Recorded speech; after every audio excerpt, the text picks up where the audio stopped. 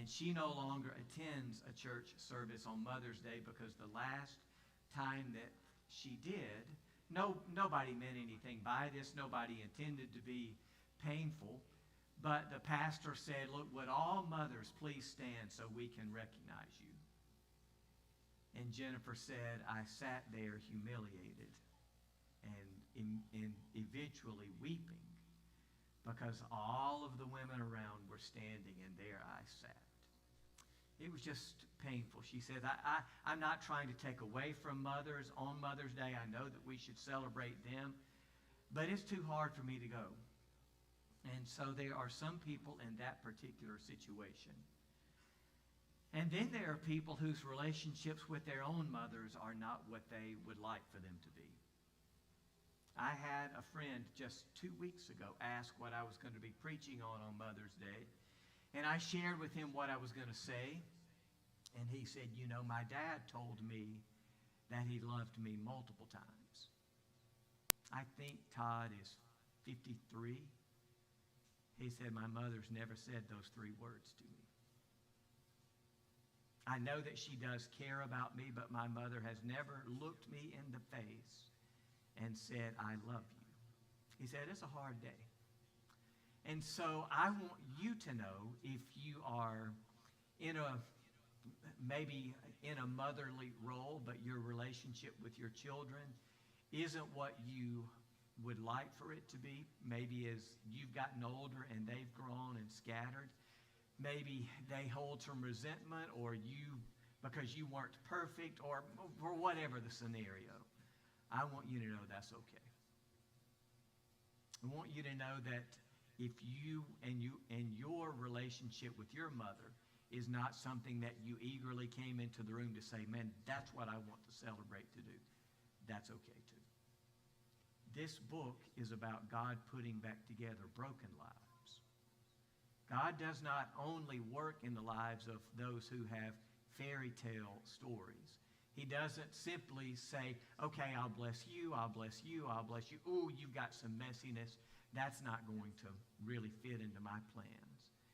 It's the messy lives that God tends to use the best. And so I want us to look at the idea today of passing on spiritual principles and instilling those values, even if those relationships aren't necessarily in the context of a mother-father relationship. What the lessons that I'm going to talk about today will apply to every person in this room. As we advance in our lives, we look behind us and see that people are always coming in the paths that we walk.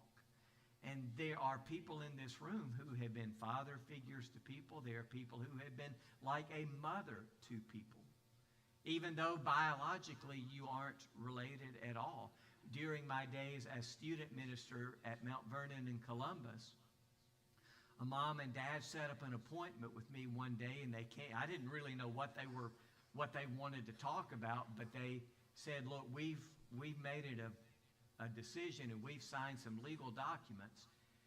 You know, our parents, one is in California, one sets in Colorado, and they don't know the Lord. One set is local, but they don't know the Lord. And so we've gone and gotten all the legal documents signed. If something happens to us, you get our children.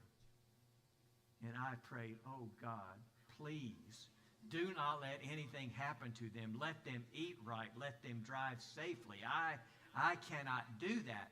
But that was a lesson to me that it's not just the biology. It's not just chromosomes. It's not just DNA that give people space in others' lives to be spiritual leaders. And so I want us to look at this today. We're going to read a very long passage because I want you to have the entire context of what God says to his people.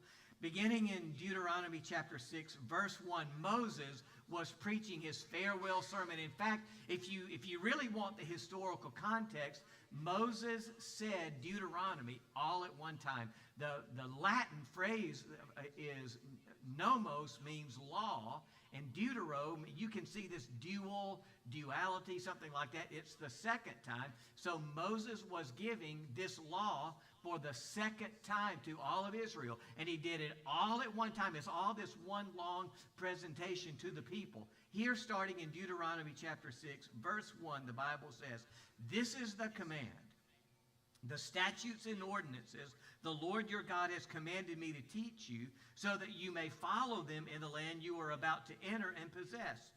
Do this so you may fear the Lord your God all the days of your life, by keeping all his statutes and commands I am giving you, your son, and your grandson, so that you may have a long life.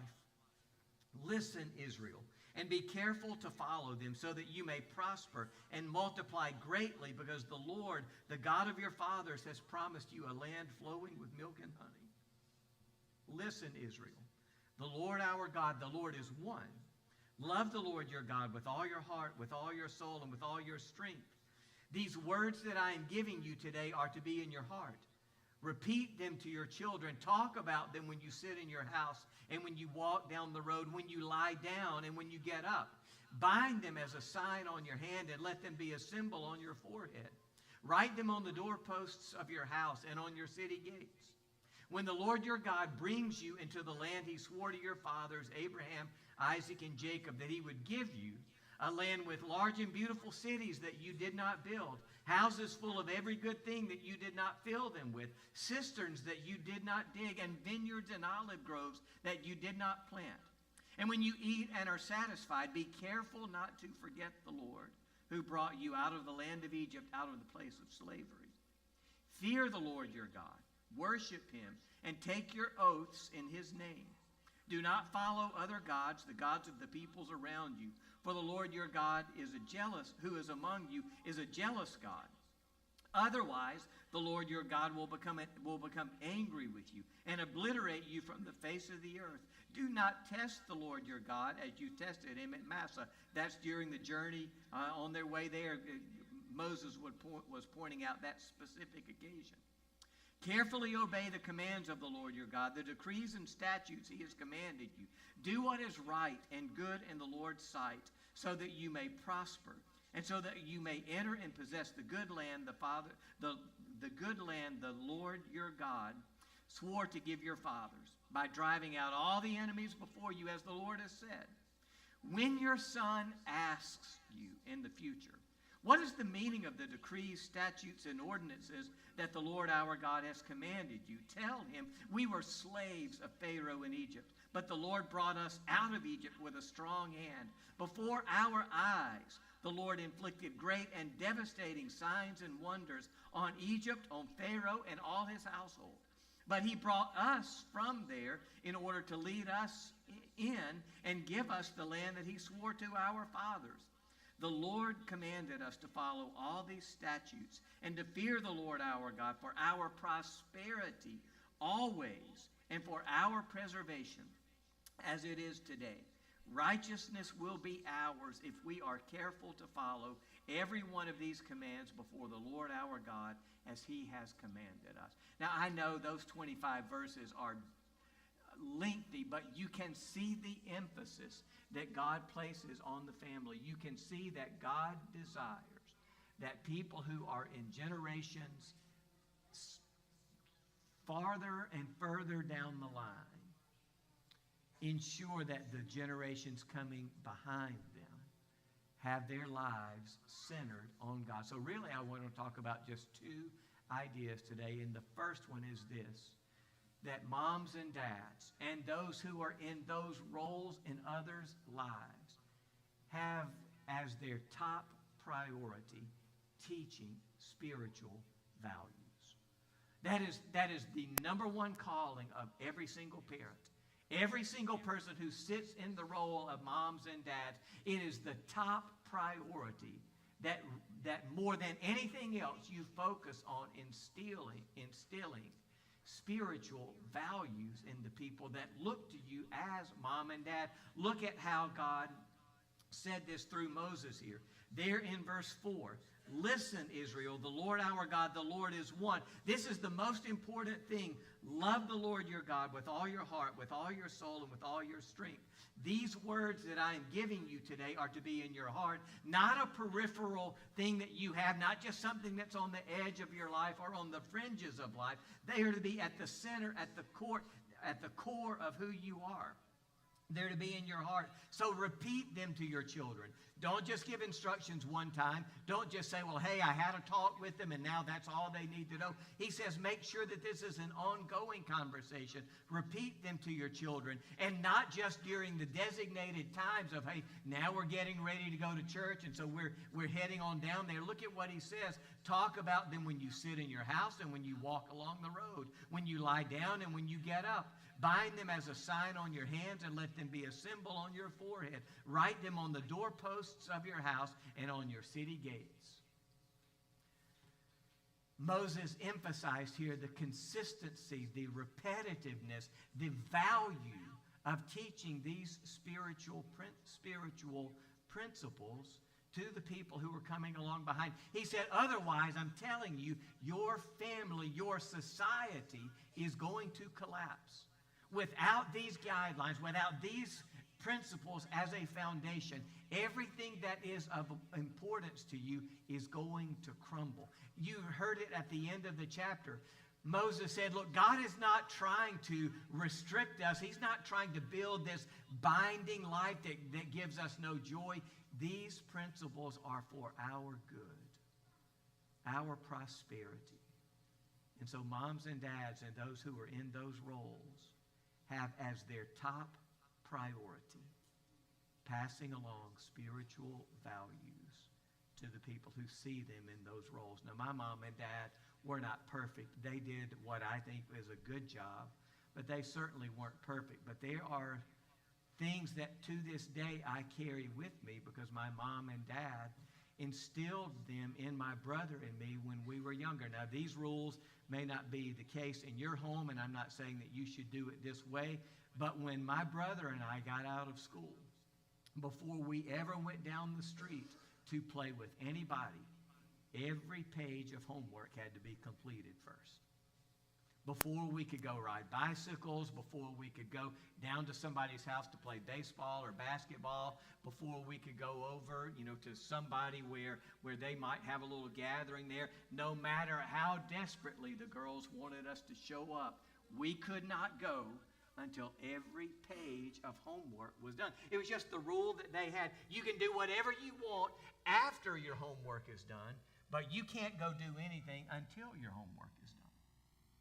Now, I'll tell you what I took away from that. My brother hated it, but I liked it. I liked it because it taught me something about the importance of ordering priorities. Play would always be there. Homework had to be done for the next day. To this day, if I have something that is hard to do, that's what I'm going to do first. If I had a school assignment, I tackled the hardest thing first. In fact, I kept that rule even when I got into college. When I finished my classes, I would go straight back to my dorm room. I would complete all of my assignments, and then I thought, I've got the rest of the day. I can do whatever I want the rest of the day. I am prepared for class tomorrow or whenever, Wednesday, whenever it rolls around, I'm ready to go. It's one of the lessons that my parents taught, the importance of making sure that your priorities are straight. My mom and dad also taught me that words matter and that you have to use them carefully, and that when you did not use them carefully, they had consequences. They taught us that words could do great good for other people, or they could do damage. One evening, a bunch of us boys were at a church fellowship. We were, 4th grade, 5th grade. It had to be before 6th grade, I know that. 4th or 5th grade sometime, and you know how boys were. We were all sitting in a circle.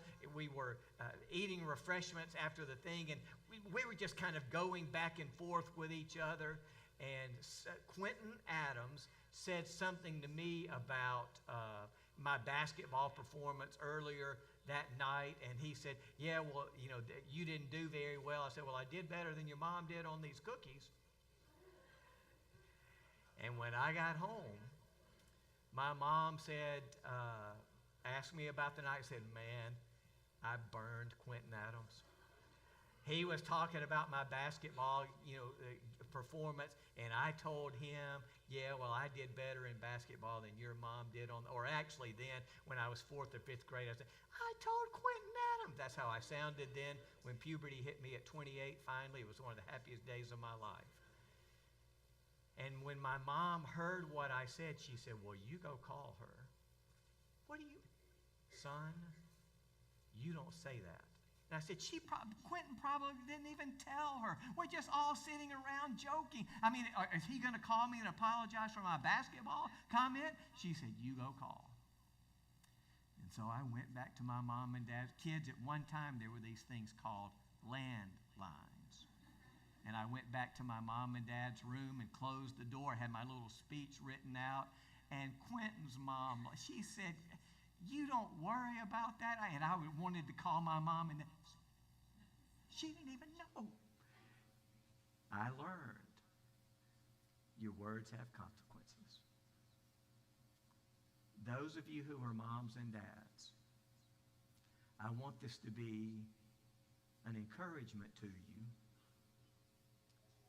but I also want to be certain that you understand what this book teaches.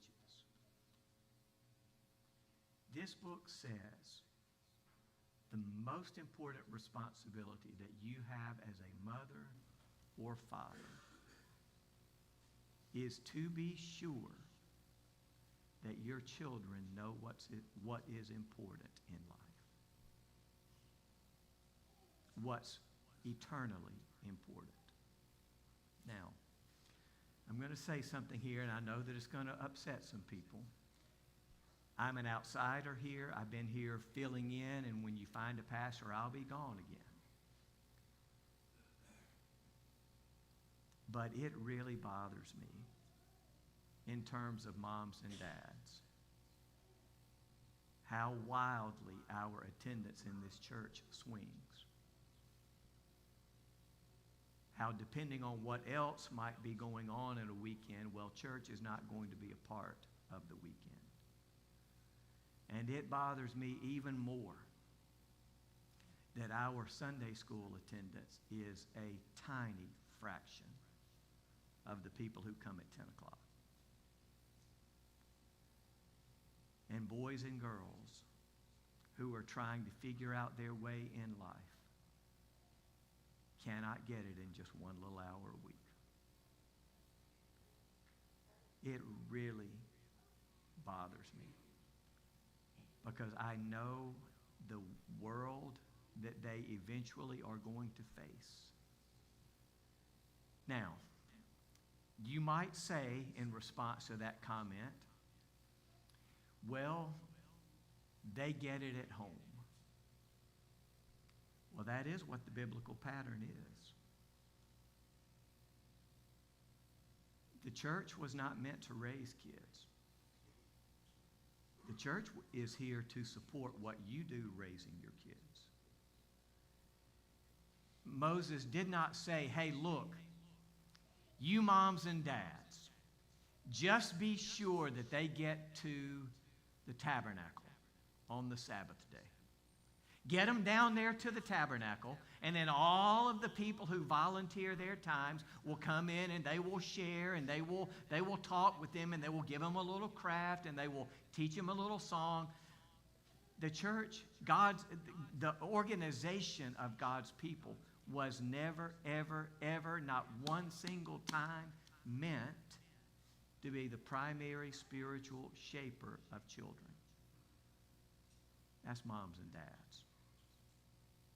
And Moses said, so, since it is the primary responsibility of moms and dads, I'm giving you these instructions today, so repeat them to your children. Talk about them when you sit in your house, when you walk along the road, when you lie down, and when you get up. Bind them as a sign on your hand, and let them be a symbol on your forehead. Write them on the doorposts of your house and on your city gates. Let these instructions saturate your home life. And then they were to do so to the degree that, listen to this down in verse 20. And so then as your children grow up, as they begin to start making decisions for themselves down in verse 20, when your son asks you in the future, what is the meaning of the decrees, statutes, and ordinances that the Lord our God has commanded you? Why do we talk about this so much? Why is church so important to us? Why do we get up early? Sunday is a day that we could sleep later. Why do we do this? The home is to be the context where there is such a spiritual atmosphere that the children eventually begin asking, why is this important? It obviously is important to you. You make it a priority. Everywhere we go, when we're in the car, when we're on vacation, you always include the spiritual component. Why is this so important? The children are to see that from moms and dads to the degree that they ask, why does this matter? And then Moses said, well, you tell them because of all that God has done for us. We were slaves in Egypt. We got up every morning and we had no freedom about what we were supposed to do. They beat us on our backs. They whipped us until we made the bricks. Go down, you see those pyramids? We built those. But then God came through for us. God saved us. He rescued us from that helpless plight. And we cannot ever do enough to thank Him.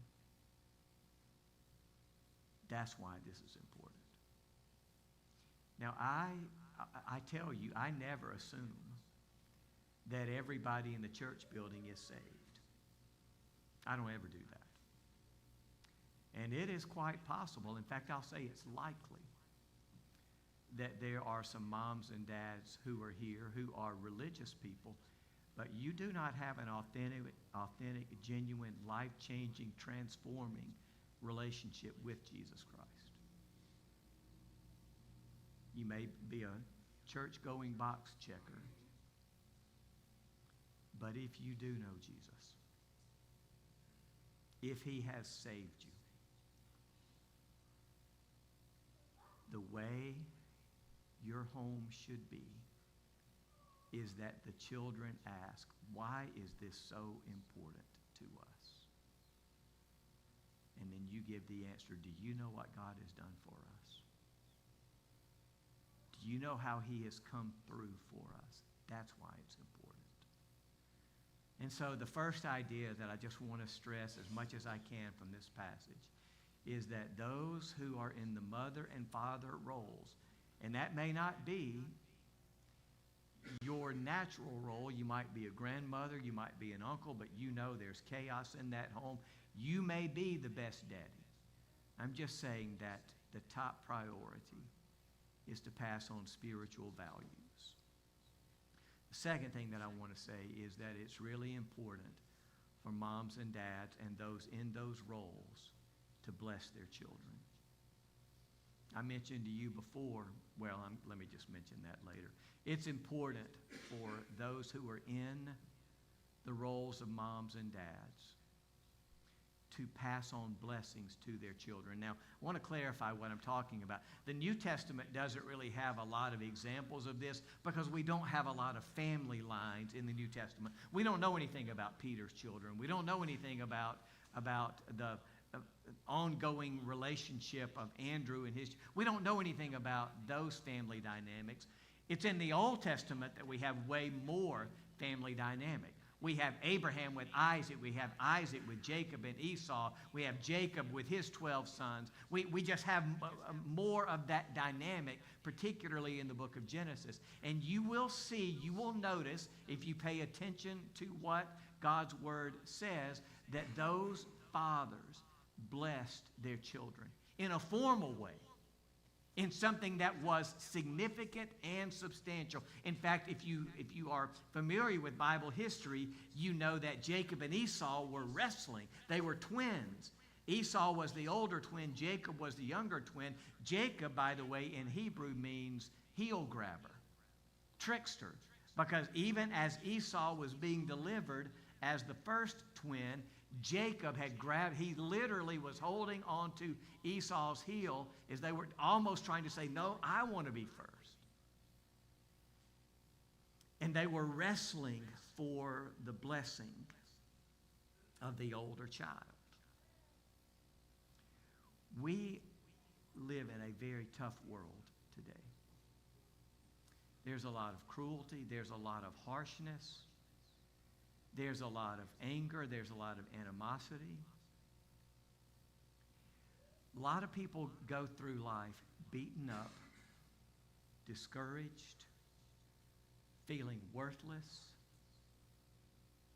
It's up to moms and dads to be the blessers. I want to give you 5 ways that you can find. I'm not going to, it's 10:54, so I'm going to rush through these, but I want to give you 5 biblical ways that you can do your own study and find here are ways to bless your children. First, meaningful touch. A lot of children don't get meaningful touches from their parents. You might be an affectionate family and wonder to yourself, how on earth can that possibly be? I'm telling you, plenty of studies say that children come to school and they are terrified that someone's going to touch them because they haven't received any meaningful touch. They don't know what that's like. The only touch that they know is harmful touch. They've never been caressed. They've never been consoled. They've never been hugged. They've never been held close in a meaningful way. And you might say, well, that doesn't apply in our context with our family dynamics. You might be wrong. We who are people of faith need to find ways to give meaningful touch. Now, it can be a hug. It can be a kiss.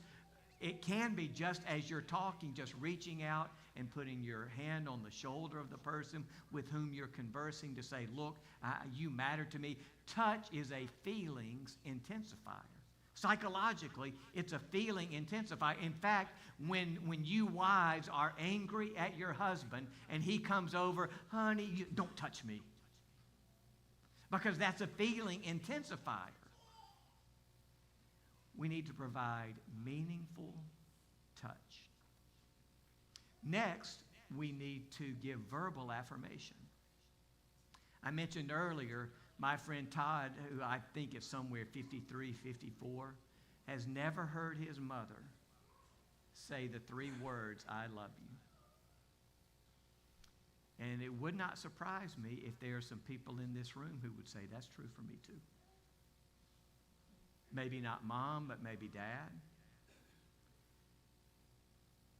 We sort of rely on unspoken. He knows that I care. She knows that I care. And then at funerals, we talk about, oh, wonderful. And then the words start flowing. A lot of people never have had someone look them square in the eyes and say, here are the things that you do well. Here's why you're valuable. You excel in this. You flourish. You make us proud because of these things. Meaningful touch. Verbal affirmation. Third, envisioning a positive future for your children. And speaking that into their lives. Rather than saying things like, you're never going to amount to anything, you keep that up, and we need to have conversations in which we pass on the other side of that to say, I see God is going to use you for great things. one of the most significant moments in my life was the day that I left for New Orleans Seminary. I told the crowd, well, I think some of you know, my dad was not a Christian until he turned 54 years old. I led my dad to the Lord at the conclusion of a church service where I preached. And Daddy was not angry toward church. He wasn't opposed to church. He never tried to get us not to go to church. He just saw some things in people who were deacons and others who went to church that he said, that doesn't match up. And so he had a conflict. But in fact, I'm getting into too much here, but when I told my parents that I thought that God was calling me into ministry, my dad cried because he knew what people can do to ministers. He had seen it. It's part of his reason that he wasn't. He just knew how ugly people could be toward ministers. And it was hard for him to accept that. But the day that I moved down to New Orleans Seminary, I went to my dad's restaurant. I had my car all packed up and went down there. And he came out into the parking lot and told me, looked me square in the eyes, and said, God is going to use you in ways bigger than either one of us can talk about right now. I don't really know how, but he's given you something. You are a difference maker. And man, I drove that 300 miles to New Orleans that day, carrying those words with me. He pictured the future for me. Neither one of us knew exactly what was going to happen. We didn't know how my life was going to go, but that's what he did. And so when we're looking at moms and dads blessing their children, meaningful touch, verbal affirmation, picturing a positive future. Fourth, quality time. Everybody's in a hurry. And I'm telling you, your children know if you're in a hurry. They know if they get the scraps. They know that this matters to dad, this matters to mom, these things are important, and when there is a little bit of time in there, that's when I get it. That's what I get. And you just can't replace the quality time. You cannot do anything that substitutes for nothing else matters right now except our time together. And then the last thought that I want to share in terms of moms and dads blessing their children is to model love for each other. Unless it's an unusual circumstance, every child that you're holding now or sitting next to is going to be married. Now, there are some people, for me, for whatever reason, God has left me single, and that may be true for some of your children. But if that's the case, that will be very unusual. Do you know who your children's prime model for marriage will be? You. They will watch how you interact. They will see, well, you know, Daddy gets mad at Mom a lot. Mom doesn't seem to. They watch. Now, I want to be careful to say this too. Just like at the beginning of the message, I acknowledged, hey, there are some complicated situations, maybe you and your mother, you and your children, whatever. There are some complicated marriage situations too. And so I don't want anybody to walk out saying, well, that fifth thing, I'm not able to do that. All you can do is the best you can. All you can do is demonstrate the character that you have in your marriage relationship with the parent, the other parent of your child, and you just say, God, multiply this. It's one of my favorite principles of Scripture. In the New Testament, and it's in record, it's the only miracle that Jesus performed that is in all four Gospels.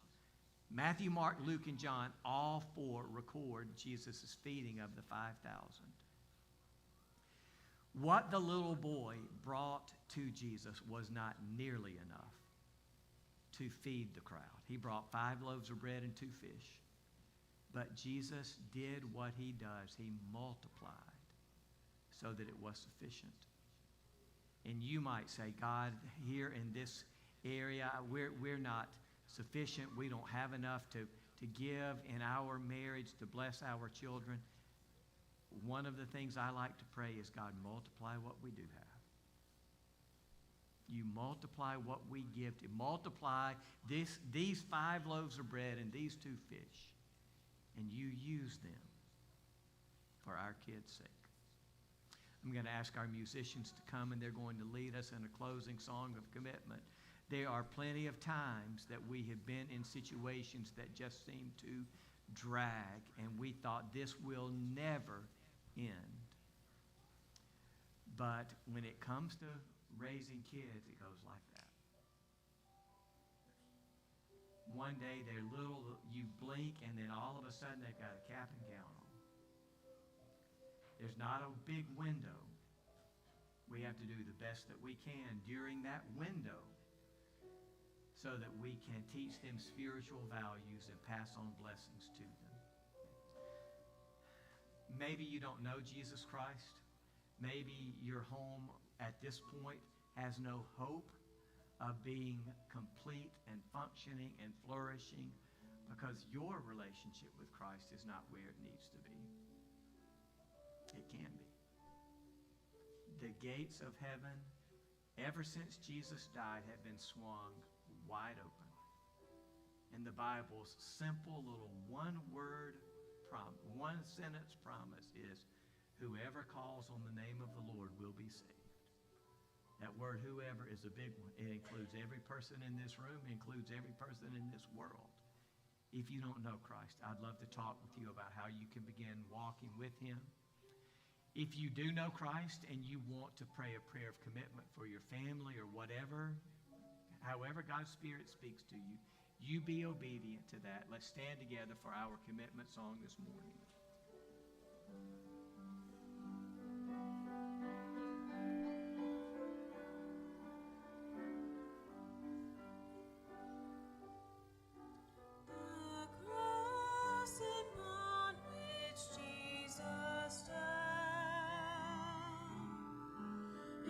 Shelter in which we can hide,